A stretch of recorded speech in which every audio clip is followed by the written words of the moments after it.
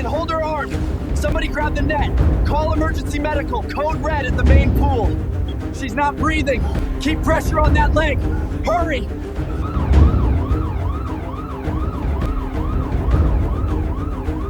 She is not a monster. She is a prisoner.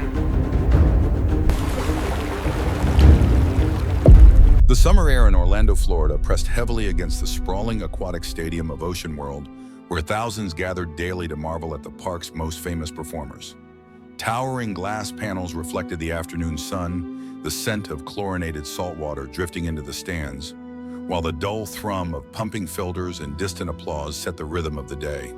Beneath the shimmering blue surface of the main pool, a force far older than the city itself lurked in silence. For 10 years, Marina Lysaro had lived and breathed this arena, building her life around the towering black and white giants that defined Ocean World's reputation.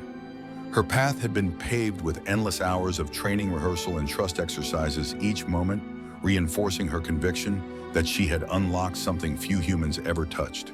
Yet on a warm June afternoon, the stage that had once been her sanctuary would transform into a crucible. The dreams she had pursued since childhood would teeter on the edge of catastrophe, reshaping forever how the world viewed human attempts to control nature's titans.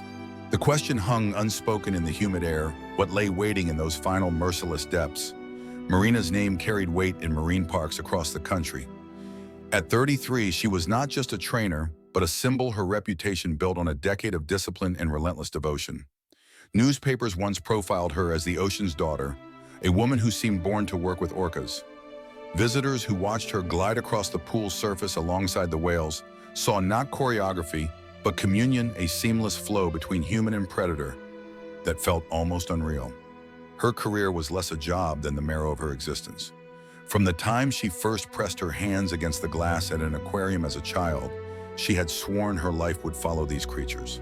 And somehow, against odds that crushed most dreamers, she had done it. Co-workers spoke of her as someone set apart, possessing an intangible quality that couldn't be taught. She moved with deliberate calm, her gestures sharp yet graceful, and the orcas responded in kind. To most, the whales were giants to be feared. To Marina, they were kin.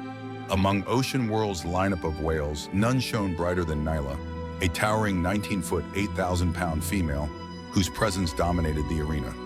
Her sheer bulk rippled with muscle, every flick of her tail launching geysers of spray that drenched the front rows. Nyla was the crown jewel, her performances a finely tuned spectacle of raw strength and elegance. She had been ripped from the dark seas of Iceland in the early 90s, a capture that scarred the waters with violence and forever severed her from her pod. From that moment on, she lived in a world of concrete walls and choreographed routines. Yet in Marina's eyes, Nyla was not a captive, but a partner. Their bond transcended the show schedule. Colleagues whispered with awe that Marina and Nyla moved as if they shared one mind, one rhythm. You could see it, one staff member recalled. The trust was unshakable. Marina could dive straight into the water, and Nyla would carry her like a child in her arms. No one else could pull that off. Crowds gasped when Marina balanced atop Nyla's rostrum, lifted skyward before being hurled into a perfect spin that ended with a splash echoing across the pool. Every routine felt like a ballet performed with a predator built for ambush. Marina's confidence seemed limitless, her poise legendary. Behind the spectacle, however, lay hours of meticulous work sessions spent studying Nyla's posture, the snap of her jaw, the arc of her dorsal fin, when tension rippled through her frame. Marina charted every detail as if decoding an ancient script. She believed the more she understood Nyla's movements, the deeper their connection would grow. She wasn't scared like the rest of us, another trainer admitted quietly. She'd look right into Nyla's eye and act like they were equals. Sometimes, honestly, it was like watching someone hypnotize the animal. Audiences cheered, cameras flashed, and investors smiled. But within the ranks of the staff, faint cracks appeared. Subtle warnings stirred beneath the glitter. For Nyla, despite her reputation as the star, carried scars invisible to the public eye. Trainers spoke in hushed tones of her tail slaps, loud concussive strikes against the pool surface that rattled the glass. A sudden snap of her jaws, a refusal to obey hand signals, mid-show small lunges that startled those nearest the water. Incidents were brushed aside with official language, minor miscommunication, normal unpredictability, just a quirk. In the world of captive whales, managers insisted such things were routine. But some who worked closest with her knew better. The water carried tension. The way Nyla's movements stiffened before shows the sudden pivots of her massive body. When a trainer swam too close, all were signals. Marina among them noticed, yet she continued convinced their partnership gave her insight others lacked. Nyla to her was not a hazard but a misunderstood titan. What Marina could not have known was that beneath Nyla's seamless tricks and dazzling flips lay an undertow of rage, tightening with every season. The Orca's biography told its own truth. Born in the icy black of the North Atlantic, Nyla had once roamed vast ranges with her pod traveling dozens of miles each day in coordinated hunts. The moment nets dragged her from those waters, her destiny shifted. By the time she arrived in Orlando, she was a young powerhouse, 19 feet of sleek muscle, 8,000 pounds of concentrated energy. In the confines of her pool, her power was compressed, her movements rehearsed, and her instincts corralled into circus tricks. Spectators saw only beauty, a glittering arch of her body, as she breached the thunder of her splash as waves rolled toward the stands. Yet behind that beauty, those closest to her sensed something darker. Trainers described an edge in her stare, the way her body stiffened, before lunging through routines as if the choreography was barely holding back a storm. After Marina's death reports surfaced that painted a more troubling history. Files documented moments when Nyla refused hand signals, locking her gaze on trainers until they retreated. One account described her lunging unexpectedly toward the deck jaws, clamping down inches from a handler's boots. Another logged sudden jaw pops, powerful echoing snaps that shook the air. None of these were shared with the public. Inside the park, staff learned to file them away, confident nothing serious would happen. It was always brushed off, one former trainer confessed years later. A tail slap here, a lunge there. We'd laugh about it in the break room. Management wanted the show to go on, but silence did not erase risk. And with every overlooked incident, Nyla's unrest deepened. Those who spent the most time with her saw it clearest beneath the applause and music. There was a creature carrying decades of confinement. She was powerful, unpredictable, and endlessly observed but rarely understood. Marina prided herself on recognizing the subtle shifts, watching Nyla's arcs and rolls with a precision others lacked. Still, even she couldn't pierce the reality that the animal was changing. The signs were there: stiffness before a dive, violent tail slaps after routines, moments where her obedience frayed. But the deeper issue extended beyond Nyla herself. The entire system pressed relentlessly against the animals. Captivity compressed wild instincts into tanks, forced routines that gnawed at their patience, and created a dangerous equilibrium, one that could tip with terrifying speed. Nyla's aggression and her disobedience, her explosive energy, had all been documented, quietly filed, and ultimately ignored. For years, the park overlooked the storm gathering beneath the shimmering water. When it finally erupted, the cost would be unbearable. The heat shimmered off the asphalt parking lot as families streamed through the gates of Ocean World Orlando. The air buzzing with chatter, dripping snow cones, and the distant beat of pop music pouring from the arena's loudspeakers. Inside, the main tank glittered like liquid glass, every ripple catching the sunlight and sending shards of light dancing over the bleachers. At exactly 2:30 in the afternoon, the announcer's voice boomed across the stands. Ladies and gentlemen, welcome to Ocean World's signature performance, Dances with Giants. A roar of applause rose, kids leaning over the rails, phones lifted to capture the moment. Backstage, Marina Lysaro adjusted her wetsuit and drew a steadying breath. Her routine with Nyla was famous, the kind of act that made headlines, the bond that set her apart from every other trainer. Today's highlight was their signature finale. Nyla would glide beneath her, raise her onto her rostrum, and launch her skyward in a breathtaking lift. The maneuver demanded perfect timing. For 10 years, Marina had never doubted the Orca's response. Yet as she stepped onto the slick platform, something felt off. Nyla circled slowly in the pool, her dorsal fin cutting a sharp line through the water movements, heavy, almost reluctant. Marina raised her hand signal. Normally, Nyla responded instantly. Today, the Orca hovered, vast head tilting just above the surface, exhaling in a loud blast that sprayed mist across the front rows. Marina forced a smile, muttering under her breath, "Come on, girl." "Focus." She repeated the cue. With a surge, Nyla finally approached her black and white bulk, gliding toward Marina with deceptive calm. The crowd erupted in cheers as Marina dove cleanly into the pool. Sunlight pierced the water, illuminating Nyla's massive shape below. Marina reached her cue position, expecting the whale to slide beneath her for the lift. Instead, Nyla twisted sharply, jaws opening wide. The water exploded with violence. In one shocking lunge, the orca clamped onto Marina's foot and yanked her down. A collective gasp tore from the audience. The announcer's voice faltered. Trainers on the deck shouted commands, slapping the water with sticks, trying desperately to redirect Nyla's attention, but the whale ignored them. Marina's body was thrashed side to side, her scream bubbling out in bursts before the water swallowed it. "Nyla, no, drop it, drop it!" One handler bellowed, slamming a buoy pole against the pool's surface. Another trainer hurled fish as distraction, but the offering sank unnoticed. From the bleachers, panic spread. Parents clutched children, some shielding their eyes, others filming in disbelief. A woman's shrill voice cut through, "Oh my God, she's not coming up!" Underwater, Marina fought desperately. She twisted, clawing at the whale's rough skin, her lungs burning, as Nyla dragged her deeper. She slammed her fist into the orca's snout, striking the sensitive rostrum, and Nyla loosened her grip just enough for Marina to wrench free. She kicked upward, the eyes straining toward the blurred rectangle of light above. But before she could breach, Nyla surged again, her immense body colliding with Marina like a freight train, teeth clamped around her calf, pulling her sideways with terrifying force. Blood streamed into the water, a red cloud curling into the blue. "Emergency, get the net in now," shouted a supervisor, sprinting along the catwalk with a radio pressed to his mouth. Sirens blared through the park, piercing over the screams from the crowd. Another trainer thrust a long pole into the pool, trying to wedge it against Nyla's mouth. The orca thrashed tail, slamming the water with such force it sent waves over the stage and into the first rows of spectators. Marina broke the surface for a split second, coughing out a cry for help before being yanked back under, limbs flailing. Eyewitness Nadine Callan later recalled her voice trembling. She tried to climb out. Another girl reached for her, had her by the arm, and then the whale.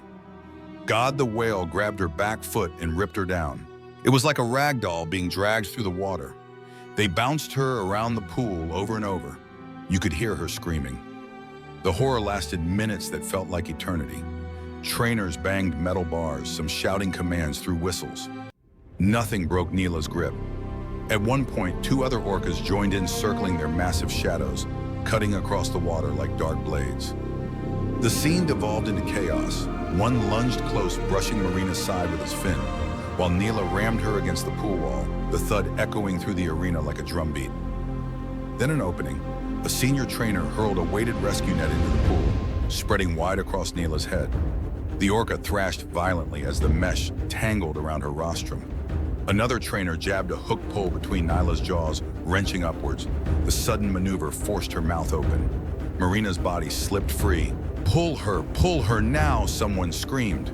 Hands shot into the water, grabbing Marina's arms as she surfaced, coughing and gagging, her face pale and streaked with blood. Two trainers hauled her onto the platform, collapsing beside her as paramedics rushed in. The crowd, stunned into silence moments earlier, now erupted into frantic applause, mixed with sobs of relief. Marina lay gasping, water pouring from her lungs, leg torn and bleeding. I'm here," she rasped, clutching the arm of the medic, who pressed a towel against the wound. Nyla slammed against the gate, her body roiling with agitation, as staff ushered the other whales into holding tanks. The pool churned like a storm, waves lapping over the edge.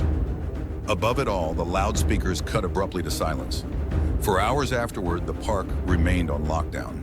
Helicopters circled overhead. News crews swarmed the gates as whispers spread. A trainer attacked during the show survived against impossible odds. Inside the infirmary, Marina was stabilized, her legs stitched, her lungs checked for damage. Exhaustion lined her face, yet her grip on the medic's hand never faltered.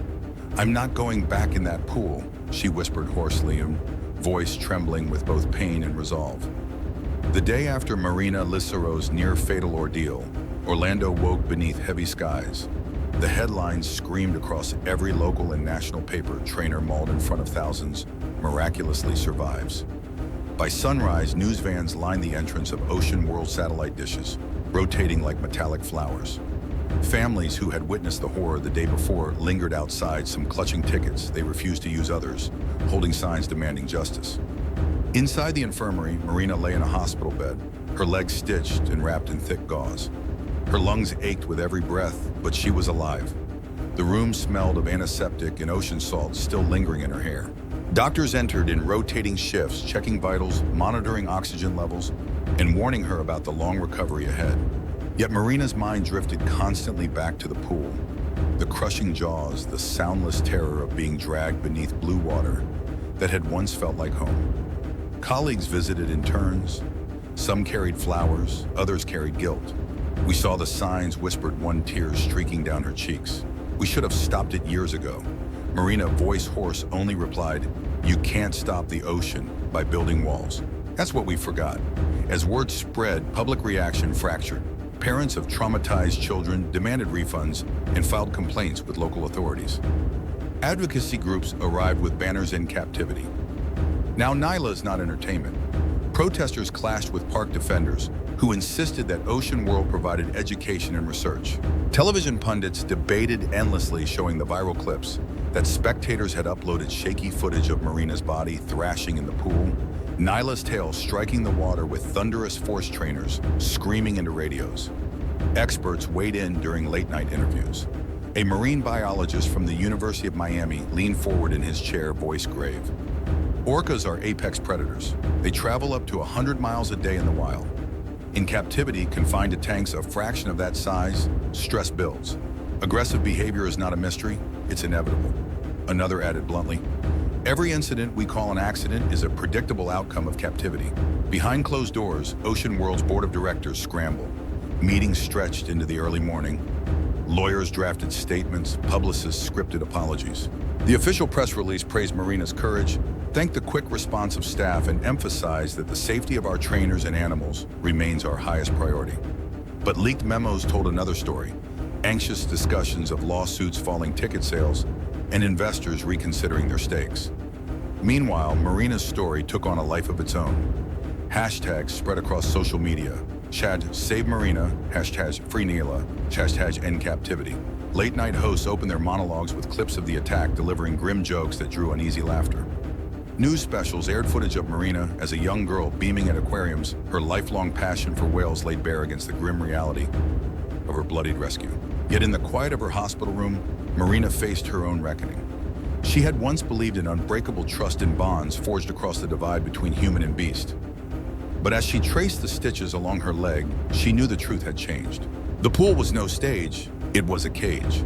And Nyla, the partner she once believed she understood, was no villain but a prisoner whose fury had finally boiled to the surface. A week later, Marina held a press conference. Cameras flashed as she wheeled herself to the podium, pale but steady. The room hushed. "I survived because my colleagues fought to pull me out," she began. "But I want to be clear, this was not Nyla's fault. She is not a monster. She is an orca, a wild predator forced to live in captivity. What happened to me was the result of years of ignoring warning signs. It cannot keep happening." Her voice broke, but she pressed on.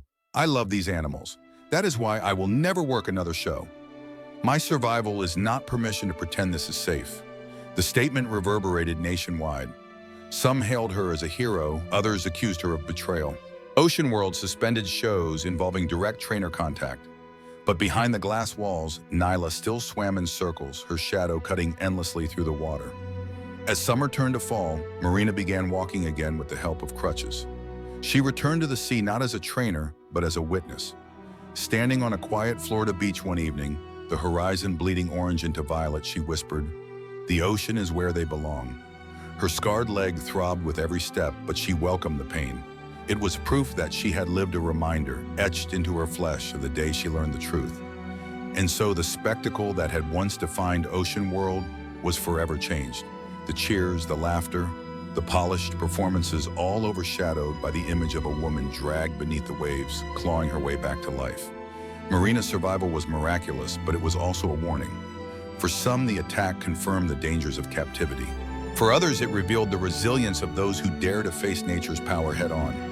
What no one could deny was that the illusion of safety had shattered. The tank was not a theater, it was a battlefield. And Marina's escape from it was not triumph over the whale, but a survival story against the system that caged them both. Ever since the story of Marina Lysaro's survival got reported, news outlets scrambled to frame the story, some portraying her as a miracle, others warning it was only a matter of time before another tragedy struck. Amid the noise, one voice cut through with clarity: Dr. Samuel Greer, a renowned marine ecologist and author of The Silent Deep. His testimony became a rallying cry for reform. Sitting before a panel of journalists, Greer spoke with the calm weight of authority. "Let's start with the simple truth," he said. "Orcas are among the most intelligent social predators on the planet. In the wild, they thrive in pods, families that can span generations, communicating with a complex language of clicks and calls. Their societies are as intricate as ours. But in captivity, those systems collapse. You take an animal designed to roam 100 miles a day and confine it to a tank barely a fraction of that size. What do you expect will happen?" He leaned forward, voice sharpening. "People comfort themselves by saying, 'But orcas don't attack humans in the wild.' That's correct. Historically, almost every fatal encounter has occurred in captivity. Why? Because captivity changes everything. You remove them from their natural world. You isolate them from their pods. You strip away their freedom. Aggression doesn't come from malice, it comes from confinement." Greer raised a hand, ticking off the facts. "Their diet is versatile. In the wild, they eat fish, seals, even other whales. Great white sharks, often painted as the ocean's villains or loners by comparison. Sharks stalk quietly. Orcas, on the other hand, coordinate hunts, communicate, strategize. They're the ultimate pack hunters. And while a shark might live 30 years, an orca can live up to 90. That's a lifetime spent in complex relationships. Imagine caging a being with that much intelligence and longevity. Imagine the pressure." The room was silent as he continued. "This isn't just about entertainment. It's about responsibility. Every incident, every injury, every death should be understood not as an accident, but as a warning. We've ignored the red flags for too long. Marina's survival's miraculous, yes, but it's also a message. Next time, we may not be so lucky." His final words landed like a verdict. When you look into the eye of an orca, you aren't looking at a circus act. You're staring into the gaze of an apex predator whose world we've stolen.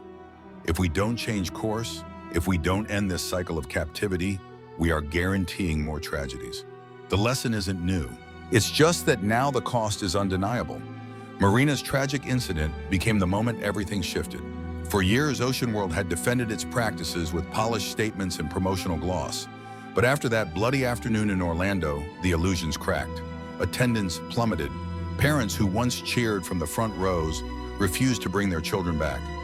News anchors replayed the attack on loop, dissecting every second, and Marina herself, bruised, scarred, and visibly shaken, spoke openly about the dangers of captivity. The very woman who had once been the park's crown jewel was now its most damning critic. Behind the scenes, corporate maneuvering began. Ocean World quietly floated the idea of rehoming Nyla, framing it as an act of rescue rather than desperation. But the truth was clear: they wanted to rid themselves of a liability that had turned into a public relations nightmare. And circling the storm was another giant of the industry, SeaWorld. The park had coveted Nyla for years, viewing her as a powerful addition to its own shows. Now, with Ocean World teetering on collapse, they saw their opportunity. The National Marine Fisheries Service, NMFS, tasked with overseeing such transfers, hesitated. Officials feared Nyla's violent history and questioned how SeaWorld would manage such a troubled whale. Months of correspondence unfolded, letters exchanged between NMFS representative Margaret Turbush and SeaWorld executives. In public, SeaWorld assured regulators that Marina's ordeal was a unique incident specific to Ocean World. Behind closed doors, they pressed harder, eager to close the deal before public backlash killed their chances. Impatient with the bureaucratic delays, SeaWorld shifted tactics. They applied for an emergency import permit, claiming Nyla required urgent medical care. NMFS reluctantly granted this request, but with strict conditions: the whale could not be exhibited until a display permit was approved. If that permit was ultimately denied, Nyla was to be returned to an accredited Canadian facility, or failing that, released back to her native waters off Iceland. SeaWorld, unwilling to gamble, decided to eliminate the Iceland option entirely. Brad Andrews, the park's vice president of animal operations, bypassed American regulators and wrote directly to Iceland's Minister of Fisheries. In his carefully worded letter, later made public by PBS Frontline, Andrews suggested that returning Nyla to Iceland could jeopardize the nation's fishing industry by introducing subclinical organisms from Canadian waters. The response was swift and exactly what SeaWorld wanted. Iceland's Minister of Fisheries, Thorstein Paulsson, issued a statement. This ministry and the other interested ministries have concluded that neither the return of this killer whale nor the return of others now in captivity will be authorized. With a single declaration, Nyla's fate was sealed. The possibility of release back to the wild vanished. Critics, however, dug deeper. In his book, Death at SeaWorld, author David Kirby exposed the sleight of hand. Andrews, he argued, had deliberately withheld crucial information. While warning Iceland about possible contamination, he had already informed the U.S. government that Nyla and the 2 other whales at Sealand were healthy, had no medical condition requiring quarantine, and were behaviorally normal. None of that nuance made it into the letter that swayed Iceland's final decision. SeaWorld had played the system masterfully, shaping narratives, omitting truths, and securing its prize. In early press releases, they painted the transfer as an act of compassion, a chance for Nyla to live in a world-class facility. But insiders knew the reality. Nyla had been transformed from a dangerous liability into a marketable star. When the transport finally happened, cameras captured the massive sling, lifting Nyla from her tank, her enormous body suspended in the air like a black and white leviathan. To the public, it was a moment of awe. To animal rights activists, it was a funeral march. That was her last glimpse of freedom, one protester said bitterly. From then on, every sunrise she would see was behind concrete walls. At SeaWorld, Orlando Nyla became both a trophy and a test. Trainers approached with cautious optimism, eager to prove they could succeed where Ocean World had failed. New safety protocols were whispered about, but the shows resumed quickly, dazzling audiences once more. Nyla leapt, splashed, and performed with apparent precision. Yet those who knew her history could not forget the bloodied stage she had left behind. For Marina, recovering at home, the news felt like a betrayal. She had hoped the ordeal might awaken the industry to its moral responsibility. Instead, Nyla was paraded under brighter lights, her scars hidden behind the illusion of showmanship. Marina spoke out again, her voice shaking with fury. They're not saving her, they're using her. And one day someone else will pay the price. Public debate intensified. Protest marches outside SeaWorld grew larger with placards reading, "Marina survived." Will the next trainer? Lawsuits piled up. Former employees came forward sharing stories of suppressed incident reports, near misses, and ignored warnings. But SeaWorld's grip was firm. With Iceland's door closed and NMFS reluctant to fight further, Nyla's captivity stretched into permanence. For the rest of her life, she would swim in circles within Orlando's walls, her story entangled with human ambition and corporate maneuvering. And so the final verdict was written not by nature, but by bureaucracy. A whale who once prowled the freezing fjords of Iceland was now an exhibit, a commodity secured through omission and politics. In the years that followed, Marina's scars faded but never disappeared. Every time she saw her reflection, she carried the reminder of that humid Orlando afternoon, the day she went from performer to survivor. Nyla remained at SeaWorld, circling the same tank she had entered decades earlier, a prisoner of decisions made far above her reach. Crowds still came, cameras still flashed, and the shows went on. But for Marina, the applause had soured into an echo of warning. Animal welfare groups gained momentum, their protests no longer dismissed as the voices of the fringe. Lawmakers began to debate regulations, and documentaries aired worldwide, exposing what had once been hidden in shadows. The public's view of orcas shifted not from awe to fear, but from admiration to uneasy reckoning. These were not entertainers. They were ocean predators, rulers of seas who had been reduced to tricks for tickets. Looking back, Marina often repeated the same words in interviews. I thought I understood Nyla. But what I really understood was the truth. No amount of training can change what she is. And no tank, no show, no paycheck is worth the risk of forgetting that. The lesson was stark, undeniable, and etched in every scar on her body. Wildlife captivity is not safety. It is a bargain built on illusion, where animals pay with freedom and humans pay with blood when that illusion breaks. If there was meaning in Marina's survival, it was this: the ocean's giants belong to the ocean. We may admire them, study them, even protect them, but the moment we cage them, we create tragedies waiting to happen.